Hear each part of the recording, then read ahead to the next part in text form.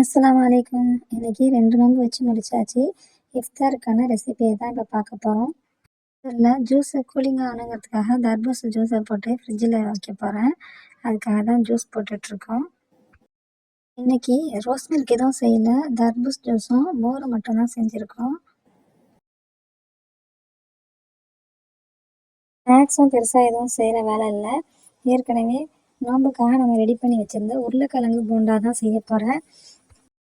பஜ்ஜி மாவு மட்டும் கலந்து கொஞ்சம் ரெடி பண்ணி எடுத்து வச்சுருக்கேன். நோன்பு திறக்கிற நேரத்தில் இதை போண்டா போட்டு எடுத்துக்கலாம். அடுத்ததாக என்ன விஷயம்னா, ஸ்வீட் கார்னு இது வந்து ஒரு பாக்கெட்டு 40 ரூபா 50 ரூபா சூப்பர் மார்க்கெட்டில் போடுறாங்க. இதை நான் தெருவில் வாங்கி நான் ஃப்ரெஷ்ஷாக உதிர்த்து நான் பேக்கெட் போட்டு வச்சுருக்கேன். ஒரு தடவைக்கு எடுத்து யூஸ் பண்ணிக்கிற மாதிரி நம்மளுக்கு ஃப்ரெஷ்ஷாகவும் கிடைக்கும், காசும் நம்மளுக்கு கம்மியாக இருக்கும். அதனால் இந்த மாதிரி நான் பேக்கெட் போட்டு வச்சுருக்கேன்.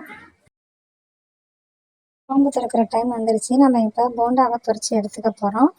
அடுத்ததாக நம்ம ஜூஸ் எல்லாம் ரெடி பண்ணி வச்சுட்டு நோன்பு திறக்க வேண்டியதான். இன்ஷால்லா இந்த வீடியோ உங்களுக்கு பிடிச்சிருந்துச்சுன்னா இன்ஷால்லா கண்டிப்பாக ட்ரை பண்ணி பாருங்கள்.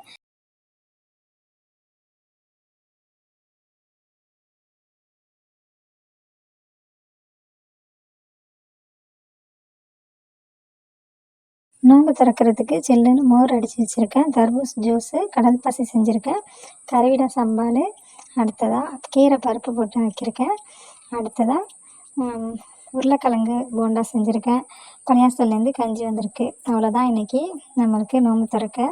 இந்த வீடியோ உங்களுக்கு பிடிச்சிருந்துச்சுன்னா இன்ஷால்லா கண்டிப்பாக ட்ரை பண்ணி பாருங்கள். தேங்க்ஸ் ஃபார் வாட்சிங். அஸ்ஸலாமு அலைக்கும்.